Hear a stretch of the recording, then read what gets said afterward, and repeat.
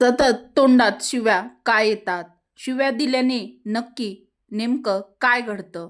काही लोकांना सतत शिव्या देण्याची सवय असते. शिव्या देणे हे केवळ राग व्यक्त करण्याची गोष्ट आहे, या गोष्टीचा प्रतिबिंब असतं.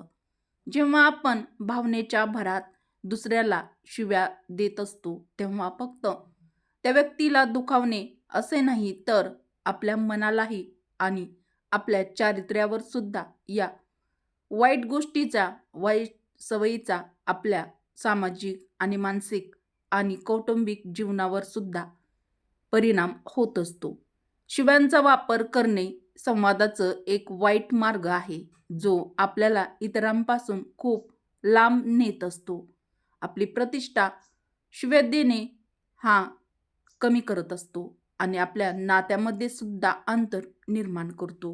नमस्कार मित्रांनो, श्री स्वामी समर्थ. आजच्या व्हिडिओमध्ये आज आपण शिव्या दिल्याने नेमकं काय घडतं याची सविस्तर माहिती जाणून घेणार आहोत. चला तर मग जाणून घेऊया, शिव्या देण्याने नक्की काय परिणाम आपल्या जीवनावरती, आयुष्यावरती होत असतात. तोंडात सतत शिव्या का येतात? शिव्या देणे म्हणजे आपल्या नैतिकतेची आणि सुसंस्कृतीची पातळी खाली आणणे. आपल्या विचारसरणीचे आणि आचारधर्माचे प्रतिबिंब. आपल्या शिव्या देणाऱ्या व्यक्ती इतरांच्या नजरेत आपली प्रतिष्ठा गमावते. संवादाने आपली ओळख तयार होते. त्यामुळे शिव्यांचा वापर टाळल्यास आपण आपल्या व्यक्तिमत्वाचा दर्जा देखील उंचावतो. 2. शिव्या दिल्याने आपल्या जवळच्या नात्यावर त्याचा नकारात्मक परिणाम होतो. अशा शब्दांचा वापर केल्याने दुसऱ्यांच्या मनात दुःख आणि राग निर्माण होतो. त्यामुळे नात्यात तणाव येतो. एखादा कुटुंबातील सदस्य किंवा नवरा बायकोला सतत शिव्या देत असेल, तर त्यांच्याशी आपला संवाद आणि विश्वास हरवतो. यामुळे नाते बिघडण्याची किंवा बऱ्याच वेळा तुटण्याची सुद्धा शिव्या दिल्याने दाट शक्यता असते. सतत शिव्या दिल्याने होणारा आणखीन तिसरा परिणाम म्हणजे मनात असंतुलन निर्माण होण्याची, नकारात्मक भावनांची बाहेर पडण्याची पद्धत असते. जेव्हा आपण सतत अशा अपशब्दांचा म्हणजेच शिव्यांचा वापर करत असतो, तेव्हा आपल्या मनात असंतुलन निर्माण होतं आणि रागाच्या भरात तणाव आणि चिडचिड वाढते. शिव्यांच्या शिव्या देण्याच्या सवयीमुळे आपल्याला शांतीपूर्ण जीवन आपलं जगता सुद्धा येत नाही. 4. सामाजिक प्रतिष्ठा कमी होते. कोणत्याही सामाजिक कार्यक्रमात किंवा एखाद्या सार्वजनिक ठिकाणी शिव्या देणाऱ्या व्यक्तीची प्रतिमा ही नकारात्मक बनते. लोक अशा शिव्या देणाऱ्या व्यक्तींना टाळतात आणि त्यांच्या बोलण्याला देखील ते गांभीर्याने घेत नाहीत. त्यामुळे आपली समाजात किंमत कमी होते आणि मान सन्मान सुद्धा शिव्या देणाऱ्या लोकांचा राहत नाही. त्यामुळे व्यक्तिमत्वावर दीर्घकाळ टिकणारा वाईट परिणाम होतो. मित्रांनो, व्हिडिओमध्ये पुढे जाण्याआधी व्हिडिओला एक लाईक केलं नसेल तर एक लाईक अवश्य करा व आपल्या चॅनलला मराठी रोहिणी किचन नक्की सबस्क्राईब देखील अवश्य करा. 5. आपल्या व्यावसायिक जीवनावर त्याचा शिव्या देण्याचा परिणाम होतो. शिव्या देणे हा व्यक्तीच्या व्यावसायिक जीवनावर देखील अधिक परिणाम करत असतो.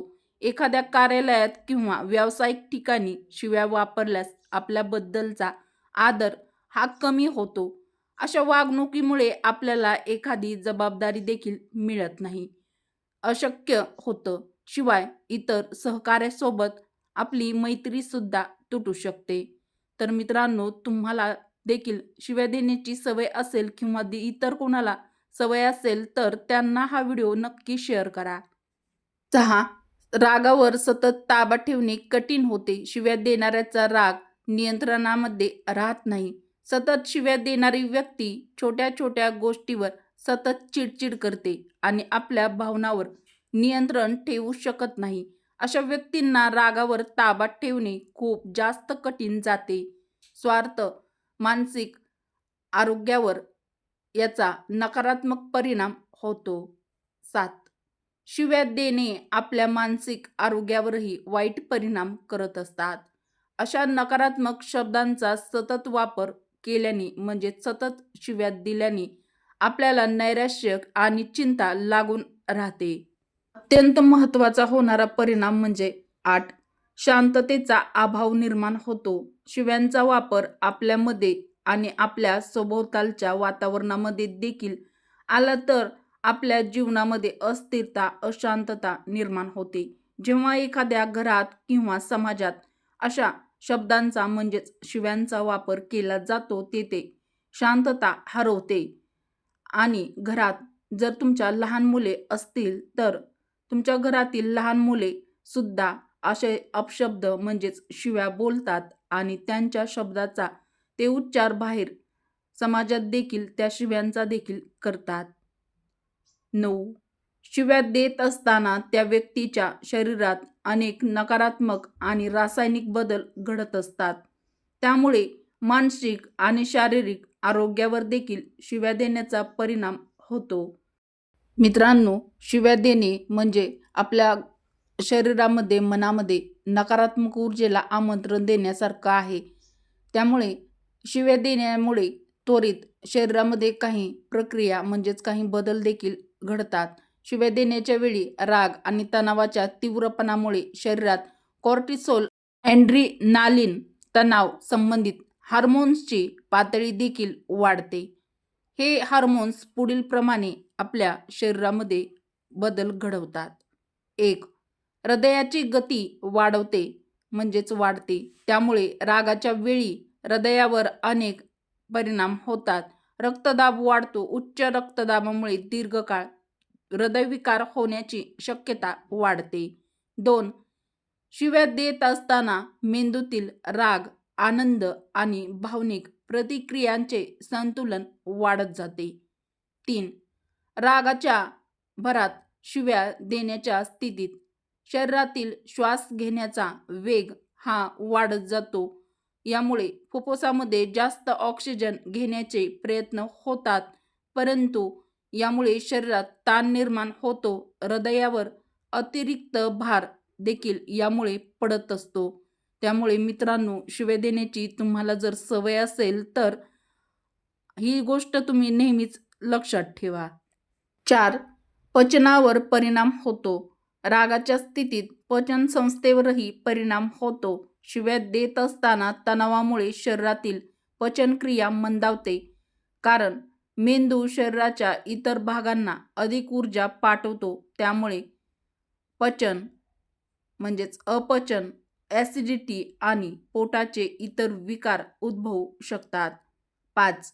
मांसपेशीमध्ये ताण देखील उद्भवतो. शिव्या देत असताना शरीराच्या मांसपेशीत ह्या ताणल्या जातात आणि हा ताण विशेषतः जास्त करून खांद्यामध्ये, मानेला आणि आपल्या पाठीला जाणवतो. यामुळे दीर्घकाळ माणूस या पेशींची वेदना, स्नायूचा ताठरपणा आणि या स्नायूचं दुखणं देखील आपल्याला होऊ शकतं.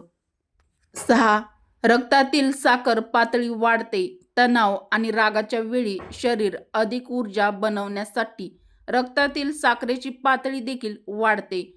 यामुळे मधुमेह असलेल्या किंवा रक्तातील साखर नियंत्रित ठेवण्याची गरज असलेल्या लोकांसाठी ते अत्यंत घातक ठरू शकते. त्यांना त्यामुळे त्यांच्या शरीरावर होणारे परिणाम हे हानिकारक असू शकतात. ज्या व्यक्तीला शिव्या दिल्या जातात त्याच्या मनातही काही विशिष्ट मानसिक आणि भावनिक प्रक्रिया सुरू असतात. तो समोरच्या व्यक्तीला तितक्याच जास्त नकारात्मक ऊर्जेने पाहत असतो आणि त्या व्यक्तीला प्रचंड अपमान झाल्यासारखं देखील वाटू शकतं. त्यातून त्याच्या मनामध्ये अस्वस्थता, अशांती निर्माण होते आणि नकारात्मक ऊर्जा देखील निर्माण होते. त्यामुळे ज्या व्यक्तीला राग, दुःख आणि नकारात्मक भावना येऊ शकतात.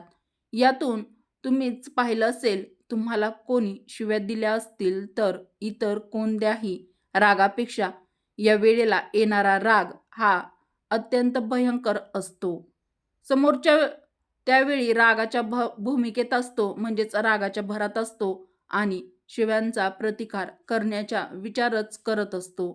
त्याचा आत्मसन्मान दुखावला गेल्यामुळे तो प्रत्युत्तर देऊ शकतो किंवा जर देत नसेल तर काही वेळा जर त्या व्यक्तीला शिव्यांना तोंड देण्यासाठी ताकद नसली किंवा ती परिस्थितीवर नियंत्रण ठेवण्यास तो व्यक्ती असमर्थ असेल तर त्याच्यात निराशा आणि असहाय्यतेची भावना त्या व्यक्तीमध्ये निर्माण होते.